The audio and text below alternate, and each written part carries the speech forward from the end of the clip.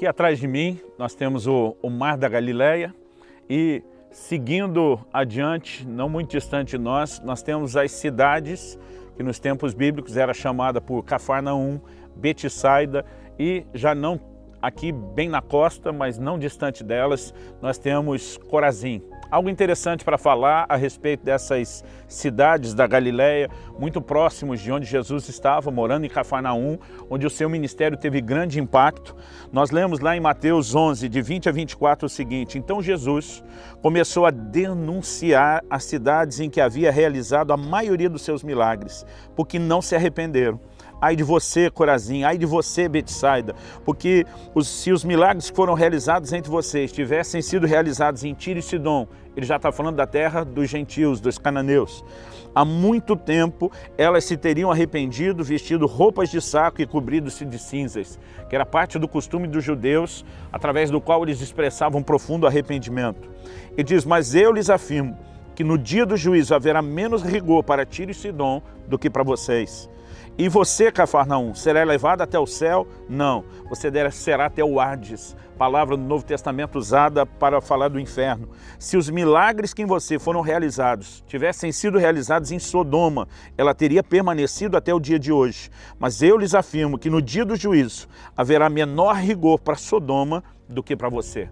A mensagem muito clara que eu vejo nesse texto é que Jesus está dizendo que receber um milagre não é apenas um privilégio, mas é também uma responsabilidade.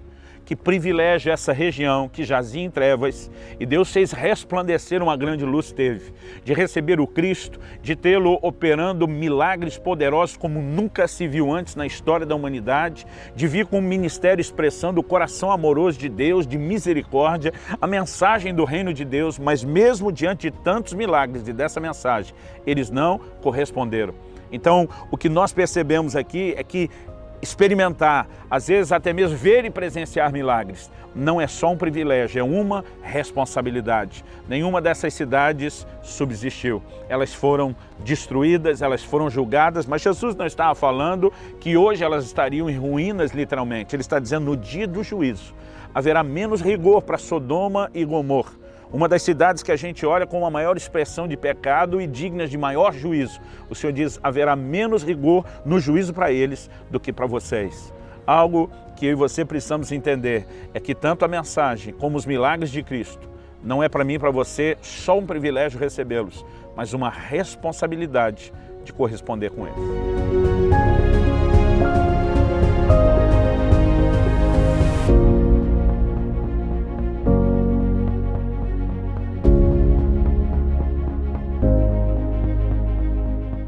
Aqui atrás de mim nós temos edificado no chamado Monte das Beatitudes uma igreja que foi edificada, é chamada da Igreja das Beatitudes.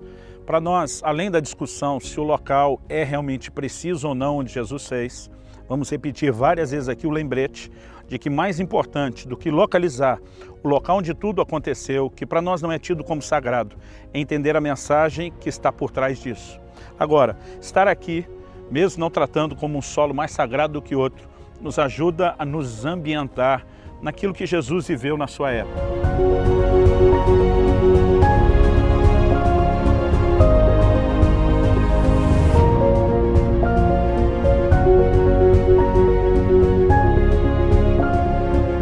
Embora a palavra de Deus nos mostre que Jesus cobria grandes distâncias na sua viagem, que eram feitas na maior parte do tempo a pé, algo que a gente pode imaginar é como ele pregava o evangelho de cidade em cidade.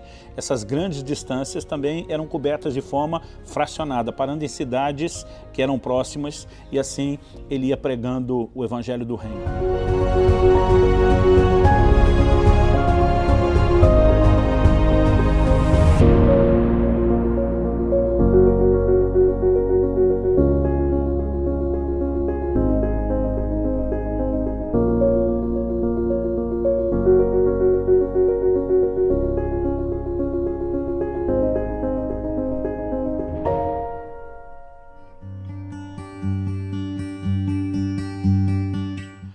Em Mateus 5, dos versículos 27 até o versículo 32, o Senhor Jesus diz, ouviste o que foi dito, não adulterarás.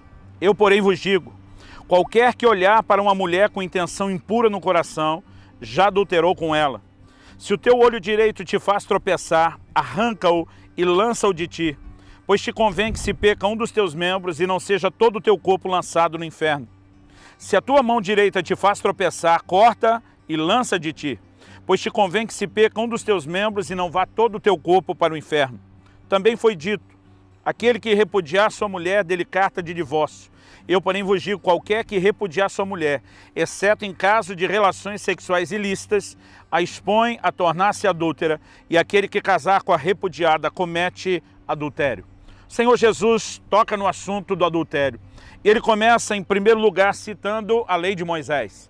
Quando ele faz a declaração, ouviste o que foi dito, ele está citando o Êxodo, capítulo 20, versículo 14, que diz, não adulterarás. Agora, o Senhor Jesus, ele faz uma relação entre um adultério literal, de envolvimento físico, de contato físico e sexual entre duas pessoas, mas ele também fala a respeito de algo que tem a ver com o padrão da nova aliança. Jesus disse aos seus seguidores, se a vossa justiça não exceder a dos escribas e fariseus, vocês de modo algum vão entrar no reino de Deus. Jesus estabelece um novo padrão de conduta, de comportamento, que tem a ver não apenas com simplesmente o mero comportamento em si, mas o reflexo que isso deve ser da manifestação da natureza de Deus, da natureza de um Deus santo. Observe que Jesus diz, olha, embora para o antigo foi dito não adultere, eu quero dizer para você, se você olhar, mesmo que você não teve um envolvimento físico, se você olhar com intenção impura no coração, você já cometeu o adultério. Do que é que Jesus está falando?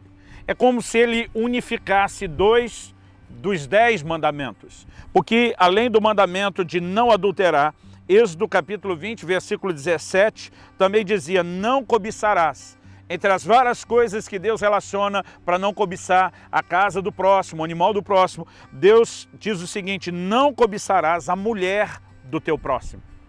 Até porque, normalmente, o que terminava em adultério, como foi com o exemplo de Davi, começava com a cobiça. Mas ainda assim eram 2 mandamentos distintos, portanto eram 2 pecados completamente distintos. É como se Jesus unificasse as 2 coisas e dissesse, se você olhar com intenção impura no seu coração, você já cometeu pecado. Então nós precisamos reconhecer que Jesus está distinguindo, na verdade, 2 tipos de adultério. Embora os 2 possam ser chamados de adultério, eu quero distingui-lo como tipos distintos, porque eles têm consequências distintas. É lógico que, embora alguém está olhando para uma pessoa com intenção impura no seu coração, ele já pecou dentro de si, o pecado ainda é só dessa pessoa. Quando falamos de um adultério físico e literal, nós temos 2 pessoas envolvidas no pecado. As consequências, a repercussão é diferente. No entanto, nós não podemos apenas nos esconder no fato de que são tipos distintos, como se um fosse tolerável e o outro não. Assim como quando Jesus mostra que a falta de perdão é muito parecido com o homicídio, embora a gente olhe e diga os 2 são distintos, Jesus está fazendo isso para tentar não amenizar o que é o homicídio. Mas Jesus faz a relação com a falta de perdão para mostrar quão sério e quão grave é a falta de perdão. Acredito que da mesma forma, quando Jesus está falando sobre isso, ele mostra que o que ele queria não era apenas que a gente se sujeitasse a regras, mas o que ele quer é que o Evangelho nos transforme do lado de dentro. Ele não quer apenas que o homem se prenda numa condição onde ele diga, eu não posso nunca jamais adulterar, mas alimente o adultério dentro de si, porque isso estará comprometendo o seu coração, isso estará afetando a sua relação com Deus, vai impedi-lo de manifestar a natureza de Deus na terra. Jesus não veio apenas estabelecendo um padrão de exigência maior, ele quer nos levar a um lugar onde o controle de Deus nas nossas vidas seja de fato muito maior. Então algo que eu e você precisamos levar em conta é que o adultério pode ser cometido com os olhos. Acredito que outra coisa importante de distinguirmos é quando Jesus fala sobre olhar para uma mulher com intenção impura. Ele não fala apenas de olhar, ele fala de olhar com intenção impura. Eu gostei muito de um artigo do pastor Cote, que eu incluí no meu livro O Propósito da Família, quando ele faz essa distinção de alguém que lida com a tentação e ser tentado não é pecar. A Bíblia diz que Jesus foi tentado, mas que ele nunca pecou. e alguém que olha com intenção impura. Isso é diferente, intenção impura é diferente de atração. Quando alguém percebe a atração e ela está ainda na fase da tentação, é hora de um posicionamento de cortar esse mal pela raiz. Agora, intenção impura é quando talvez a gente se sentindo confortável porque ninguém percebe o que estamos pensando, a gente se dá o direito de entregar na nossa mente, na nossa imaginação, aos pecados que talvez não teríamos coragem ou oportunidade de, literalmente, do lado de fora cometer. No entanto, isso é classificado por Jesus como um outro tipo de adultério.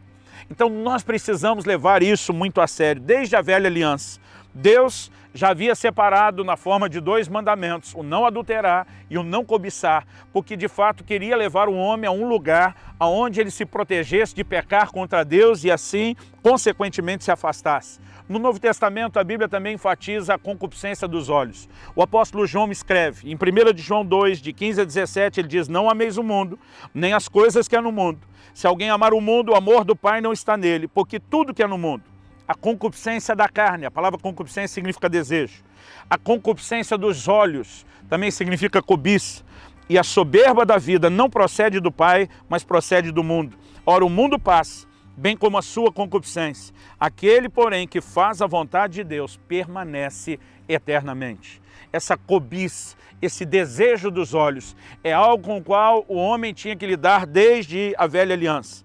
No livro de Jó, no capítulo 31, no versículo 1, ele faz a seguinte declaração: fiz aliança com os meus olhos, como, pois, os fixaria numa virgem? Eu quero ler a tradução da NVI, a Nova Versão Internacional, que apresentou esse texto assim: fiz acordo com os meus olhos de não olhar com cobiça para as moças. Jó é considerado e apresentado na Bíblia como um homem justo, como um homem íntegro.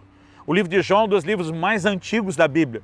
E nós encontramos, desde então, a declaração de alguém que, querendo honrar a Deus, diz: eu fiz uma aliança, eu fiz um compromisso com os meus olhos de não colocá-los numa virgem. Isso não significa que ele não enxergaria alguém que passasse na frente. Ele está falando de fixar os olhos. Ele está falando de cobiça. Ele está falando de alimentar no coração os maus pensamentos. Quando nós olhamos para a palavra de Deus, percebemos o quão sério isso é, a ponto de Jesus, nesse ensino sobre o adultério, dizer: se o teu olho direito te faz tropeçar, arranca-o e lança-o de ti, pois convém que se perca um dos teus membros e não seja todo o seu corpo lançado no inferno. Embora Jesus não esteja propondo necessariamente uma mutilação física, nós percebemos que quando Jesus compara o adultério físico e literal de um lado e põe praticamente no mesmo peso da balança do outro lado o adulterar com os olhos, mesmo sem contato físico, ele está dizendo que para pecar nós não precisamos necessariamente de contato físico. Se o problema é a maneira como alguém, ao olhar para uma pessoa, a imagina e consegue, com a sua mente, na fantasia, despila completamente, deixa eu te dizer, essa pessoa, mesmo arrancando os olhos, ela ainda vai imaginar isso de alguém que viu ou de alguém que nem vê. Jesus não está propondo necessariamente uma mutilação física. Jesus está nos apresentando o quanto o conceito de nos guardar santo é importante, o valor que isso tem para a nossa vida espiritual. Porque muitas vezes nós defendemos aquilo que tem valor. Criamos proteção nas nossas casas, pagamos seguro para os nossos automóveis, porque queremos proteger patrimônio. Agora, a pergunta é: quanto vale a santidade de Deus na sua vida? Quanto você está disposto a lutar para proteger esse tipo de patrimônio? Não patrimônio natural, mas espiritual, que é a santidade. Se nós entendemos o valor que esse patrimônio espiritual tem, que é a santidade, nós estaremos dispostos a ir até as últimas consequências para lutar e proteger isso. Quando Jesus fala da disposição de tirar um olho, de arrancar uma mão, isso me faz lembrar de uma certa ocasião, quando um irmão me perguntou, eu era ainda um adolescente, e ele me disse: por quanto você venderia o dedo mindinho da sua mão esquerda? Eu falei: eu não venderia. Ele falou: você nem é canhoto, você nem usa tanto a mão esquerda, o dedo mindinho é o que você menos usa, você não venderia por nada? Eu falei: não. Ele falou: se alguém te desse 10 mil dólares, não. 100 mil dólares, não. 1 milhão de dólares, não. E ele foi subindo a proposta. Eu falei: eu não venderia. Ele falou: seu dedo deve valer bastante, hein, para você não aceitar nenhuma proposta dessa. Aí ele olhou para mim e falou: quanto vale a santidade? Porque a Bíblia está dizendo que o dedo da mão que você não entregaria por 1 milhão de dólares, ele deveria ser arrancado com a mão inteira para não pecar. E aquela ilustração que ele usou, embora dramática, quase exagerada, trouxe um choque dentro de mim, gerou um temor dentro de mim, a ponto de me fazer pensar quanto vale a santidade de Deus. E um dia, meditando no livro de Hebreus, lá no capítulo 12 de Hebreus, no versículo 4, eu vou ler agora esse texto na NVI, a Bíblia diz: na luta contra o pecado, vocês ainda não resistiram até o ponto de derramar o próprio sangue. A Bíblia está dizendo que a nossa luta contra o pecado tem que ser tão ferrenha que a gente esteja disposto a derramar o sangue, a morrer se for necessário, mas não pecar. A santidade precisa valer na minha e na sua vida mais do que nossos membros. A santidade precisa valer nas nossas vidas mais do que a nossa própria vida. É quando cultivamos esse tipo de mentalidade que então olharemos sempre para o pecado como uma ameaça a uma das coisas que nós temos de mais importante, que é a nossa relação, nosso relacionamento com Deus, que pode ser profundamente comprometido pelo pecado. Qual é a grande consequência do pecado? Além do dano que ele traz para a minha relação com Deus agora, além do dano que ele pode trazer para a minha família e para os próximos. E, infelizmente, tem muita gente fazendo do adultério hoje em dia algo aceitável. Os valores de uma sociedade mudam. O que me assusta é perceber que Abraão falava para sua esposa: olha, quando nós chegarmos no lugar, diga que é minha irmã, porque eu tenho medo que os homens daquele lugar, por não temerem a Deus, me matem para ficar com você. Observe que Abraão estava falando de homens que não temiam a Deus e que não teriam o escrúpulo de cometer um homicídio. Mas sabe qual a razão pela qual eles chegariam ao ponto, estariam dispostos a cometer um homicídio? É porque eles tinham escrúpulos o suficiente para não cometer um adultério. Então eles sabiam, se essa mulher tem marido, nós não podemos tocá-la. Para eles isso era algo sagrado. Eles estavam dispostos a matar o marido para depois que a mulher ficar viúva possuí-la, mas eles não tinham coragem, embora tinham coragem de cometer um homicídio por não temer a Deus, não tinham coragem, mesmo não temendo a Deus, de cometer um adultério. Agora observe nos nossos dias como os valores da nossa sociedade mudou. Parece que errado é quem não adultera, errado é quem não trai. Nós não podemos aceitar esse tipo de valores, nem no adultério literal, muito menos no adultério com os olhos. Porque a grande consequência, Jesus diz, para que não seja lançado todo o teu corpo no inferno. A pior e maior consequência não são apenas os danos do momento na relação com Deus ou na família. É isso comprometer toda a nossa eternidade. Então, o conselho, eu quero terminar com ele, é não ser inconsequente, como Esaú foi. A Bíblia diz em Hebreus 12, 16 e 17, nem haja algum impuro ou profano. A palavra aqui traduzida impuro é pornos, envolve todo tipo de pecado de ordem sexual, como foi Esaú, o qual por um repasto vendeu o seu direito de primogenitura. Pois sabeis que também, posteriormente, querendo herdar a bênção, foi rejeitado, pois não achou lugar de arrependimento, embora com lágrimas o tivesse buscado. Eu tenho visto ao longo da caminhada gente que, como Esaú, foi inconsequente, valorizou mais os prazeres transitórios do pecado, como diz o autor de Hebreus, do que levar em consideração a sua eternidade. Ele vendeu o seu direito de primogenitura, o plano e o projeto de Deus para ele, por um prazer momentâneo. Isso significa que ele não dava valor nenhum ao plano e ao projeto de Deus, a herança que Deus tinha para ele. Quando, na verdade, a Bíblia diz que nós devemos dar a isso um valor tal, a ponto de arrancar membros, se necessário fosse, de morrer, mas não se entregar ao pecado. Alguns têm feito como Esaú, sido inconsequentes, não medem o futuro, medem só o momento, e se vendem por muito pouco, embora não haja muito que compense se vender ao pecado. Eu acredito que o temor de Deus precisa ser alimentado no nosso coração. O propósito dessa palavra não é apontar o dedo para você, nem jogar pedras. É te ajudar a se guardar em vigilância, a entender o quão danoso é o pecado e o quão importante é se guardar para Deus. Eu espero que essa palavra inspire e desperte o seu coração para se voltar a Deus em santidade. Eu te convido, nos próximos minutos, a participar conosco de uma conversa de aplicação prática dessas verdades que você ouviu. Fique conosco.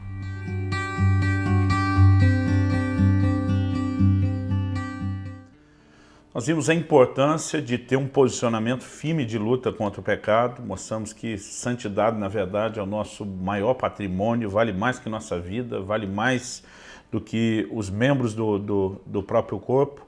E acredito que o que justifica essa importância é quando a gente pensa em termos de eternidade.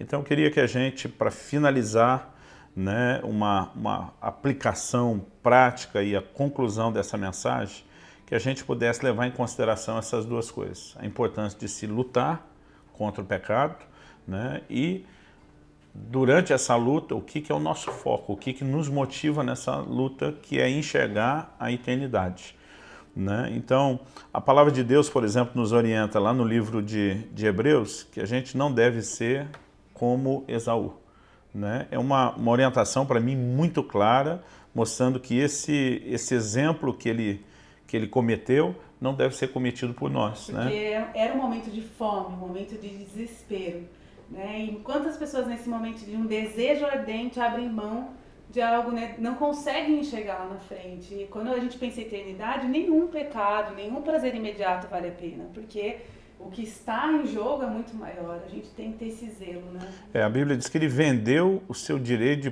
primogenitura por um prato de lentilha.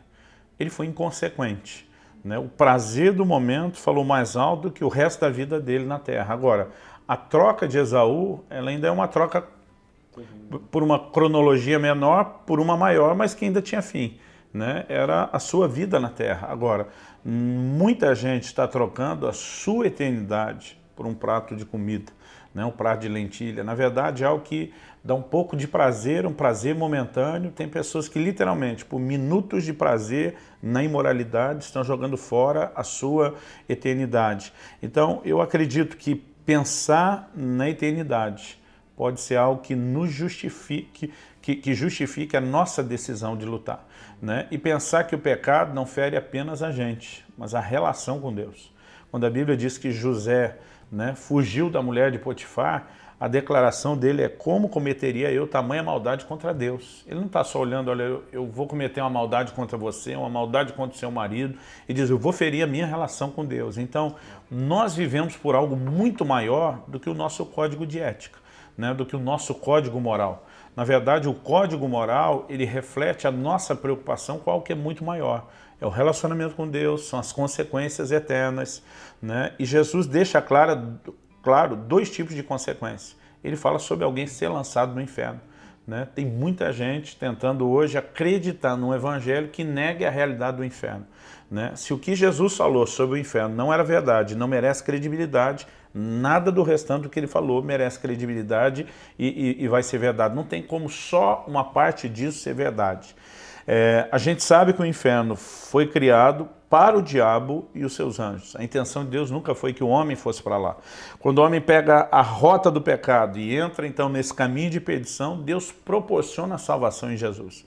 Agora é importante declarar que além da salvação, em Jesus nos foram providenciados os meios para viver uma vida de vitória sobre o pecado, né? Então eu gostaria que a gente falasse um pouco dessa questão da luta contra o pecado. Como, de forma prática, a gente pode fazer isso? Na luta contra o pecado, uma das ferramentas que nós temos é o que a palavra nos fala, que aquele que está de pé cuida para que não caia. Eu me lembro de uma ilustração que eu vi uma vez, um pastor, ele deitou no chão do púlpito e ele falou assim, tenta me derrubar agora. A gente deu risada, mas aquilo esclareceu o entendimento no meu coração, que se eu me humilhar todos os dias e reconhecer a minha dependência de Deus, para viver em santidade, para realmente continuar firme ali, eu não vou cair nos pecados, eu não vou cair naquilo que me tenta. Então, realmente, confessar a tentação, tudo isso, mas realmente... Vigilância. E saber que nós estamos de pé, mas nós temos que permanecer nesse cuidado, nessa humildade, para que a gente não caia. O próprio Jesus disse, vigiai e orai para que não entreis em tentação. Então, se por um lado essa vigilância, que é o cuidado, está de pé, né? É importantíssimo para permanecer de pé. Por outro lado, o próprio Jesus acrescentou a oração. Não, né? Ensinando a oração, né? A oração modelo que ele nos deu na oração do Pai Nosso, ao mesmo tempo que ele ensinou a orar diariamente por provisão, por perdão, ele nos ensinou a orar para a gente resistir às tentações. E eu acho que ver isso no ministério de Jesus, assim, que Jesus orava dessa maneira, é um grande incentivo para a gente fazer o mesmo, né? E a gente está constantemente nesse lugar e nessa dependência de Deus. Na prática, eu percebo que a maioria das pessoas ou resolve orar quando não está mais conseguindo segurar a tentação ou quando caiu, né? Na verdade, esse tipo de oração deveria ser uma oração que se antecipa ao mal, né? Nós precisamos reconhecer o potencial de queda que existe nas nossas vidas e orar para que essas coisas não aconteçam. Eu acho que um exemplo muito interessante é que exército nenhum começa a se preparar para a guerra no momento que a guerra bate na porta. Se um soldado não vive, um exército não vive treinando para estar pronto para aquele momento, ele nunca vai conseguir lidar com a situação quando ela chega. É verdade. Agora, quando a gente fala dessa luta contra o pecado, é lógico que através da vigilância, prestar atenção, da oração, estamos fazendo a nossa parte. Mas ao fazer a nossa parte, nós também podemos contar com a ajuda de Deus, com o socorro de Deus. Né? O Espírito Santo sempre está nos falando, né? Porque às vezes a gente não presta atenção nos pequenos detalhes e às vezes um casal acaba se distanciando, né? Por perder aquela prática do olho no olho, de falar todo dia os sentimentos e começar às vezes a desejar coisas que são pecado também. Então a gente precisa cuidar para o pecado realmente não chegar, porque às vezes vai chegando tão devagarzinho e quando você vê, você perdeu algo tão precioso, comprometendo aquilo que a gente tem, que é a nossa salvação. Eu acredito que o que justifica isso que você está falando é o fato de que Jesus praticamente misturou um adultério físico com um adultério que hoje a gente chamaria virtual. Olhar para uma mulher com intenção impura no coração. Isso significa que a gente tem que começar guardando o coração. As pessoas não chegam ao adultério físico sem que tenham primeiro adulterado no coração. Agora, em Hebreus 4, a Bíblia diz que nós temos a Jesus, o Filho de Deus, como grande sumo sacerdote que penetrou os céus. E a Bíblia diz, nós não temos um sumo sacerdote que não possa se compadecer das nossas fraquezas. A Bíblia diz, antes foi ele tentado em todas as coisas, a nossa semelhança, mas sem pecado. Então, o autor conclui em Hebreus 4,16, dizendo, acheguemo-nos, portanto, confiadamente, junto ao trono da graça, a fim de recebermos misericórdia e acharmos graça para socorro em ocasião oportuna. Além de vigiar, nossa atitude de oração nos leva ao trono da graça, da onde virá graça e misericórdia para nos socorrer e nos fortalecer, para que a gente possa andar na presença de Deus e jamais sermos vencidos pelo pecado. Que o Senhor te ajude. Se você é alguém que ainda está lutando contra o pecado, fique firme. Se você, por acaso, chegou ao ponto de dizer, eu caí, arrependa-se, comece de novo, levante-se e passe nessa nova fase, após se levantar, andar em vigilância contínua, contando com a graça de Deus, para que a tragédia do pecado não se repita e não reine na sua vida.